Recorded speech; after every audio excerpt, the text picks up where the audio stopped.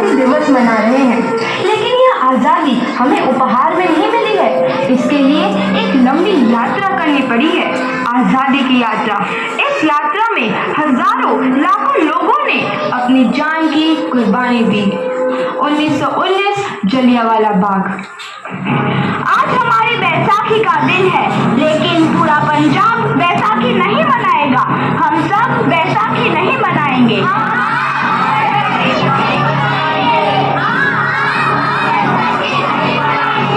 जब तक हम अंग्रेजों को भारत से बाहर नहीं निकाल देते, पूरा पंजाब बैसाखी नहीं मनाएगा।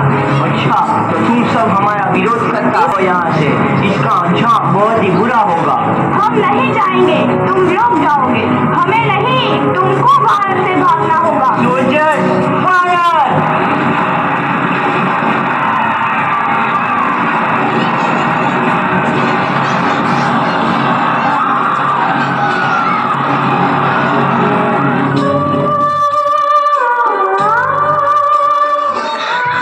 ये जमीन हमारी, ये धरती हमारी, ये खेत हमारे।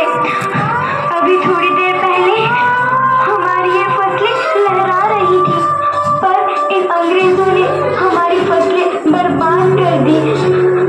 इन अंग्रेजों ने एक ही झटके में इन सब फसलों को काट दिया। अंग्रेजों, तुम्हारे इस अत्याचार से हम डरेंगे नहीं। इस अत्याचार का बदला लेकर रहेंगे। हम आजादी लेकर रहेंगे। जलियांवाला बाग हर हिंदुस्तानी की आंख नम कर गया। इस कांड में कितने मासूमों की आहुति चढ़ गई। इतनी हैवानियत से इंसानियत कत्ल कर दी गई। जलियांवाला बाग के हत्याकांड ने आजादी की आग में घी देने का काम किया। मासूम औरतों, बच्चों की दर्द भरी चीखें और सिसकियां इनकलाब का गूंज बनकर उभरी। लाला लाजपत राय, भगत सिंह, राजगुरु, सुखदेव सरीखे क्रांतिकारियों ने भारत की इस जमीन से विदेशी दरिंदों को निकाल फेंकने के मंसूबे मजबूत कर लिए।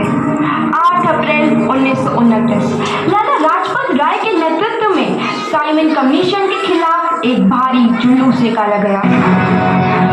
Simon commission, Simon commission, Simon commission, Simon commission, Simon commission, Simon commission, Simon commission, Simon commission, Simon commission.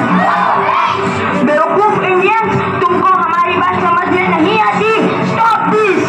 Simon commission नहीं मानता। आई से स्टॉप दिस। लाला जी, आप आगे बढ़ो, हम आपके साथ हैं।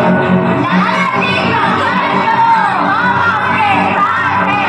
लाला जी, संघर्ष करो, हम आपके साथ हैं। लाठी चार्ज!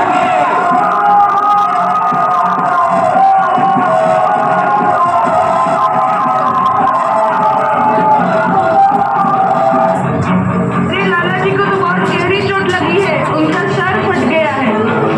मेरे शरीर में लगी एक एक लाठी अंग्रेजी सरकार के कफन में कील का काम करेगी। ये आजादी की लड़ाई रुकनी नहीं चाहिए। ये जिम्मेदारी मैं तुम सबको सौंप कर जा रहा हूँ।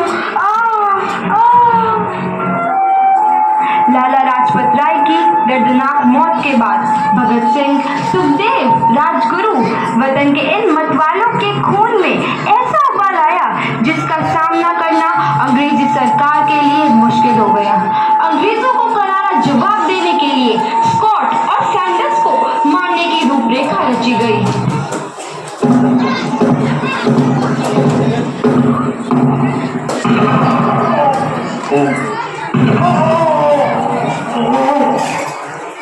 सैंडर्स मारा गया।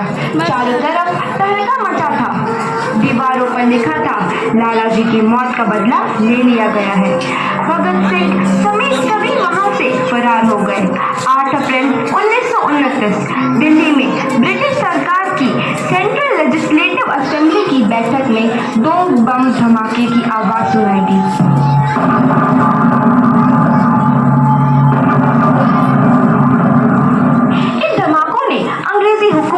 हिला कर रख दिया। इस घटना को अंजाम देने वाले भगत सिंह, राजगुरु और सुखदेव ने अपने आप को अंग्रेजों के हवाले कर दिया। 1930 को अदालत ने अपना फैसला सुनाया। मुलजिम भगत सिंह, मुलजिम राजगुरु, मुलजिम सुखदेव को दफा 121 और दफा 302 के तहत ये अदालत तीनों को मुजरिम करार देती है और इस गुस्ताखी के लिए ये अदालत इन तीनों को सजाए मौत की सजा सुनाती है।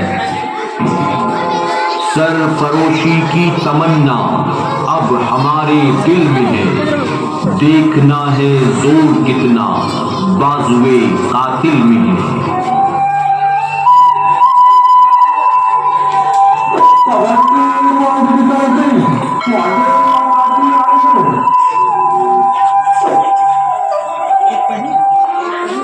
पुत्र की हाल है तेरा?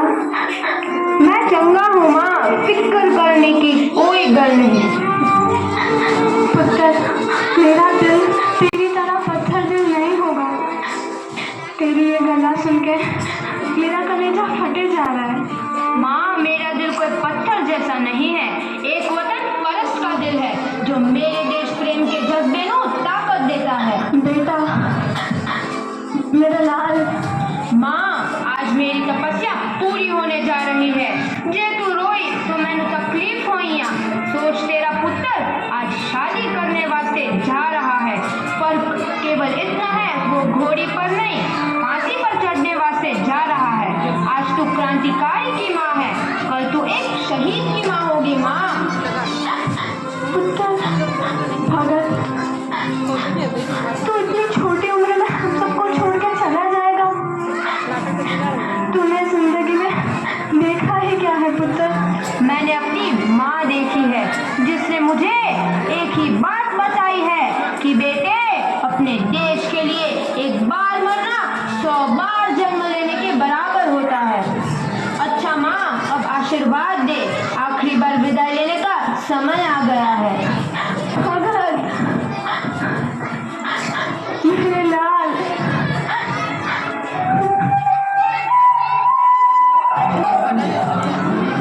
भगत सिंह, तुम्हारी कोई आखिरी ख्वाहिश? हमारे हाथ खोल दिए जाए। हम तीनों लोग एक दूसरे से गले मिलना चाहते हैं, उनके हाथ खोल दिए जाए।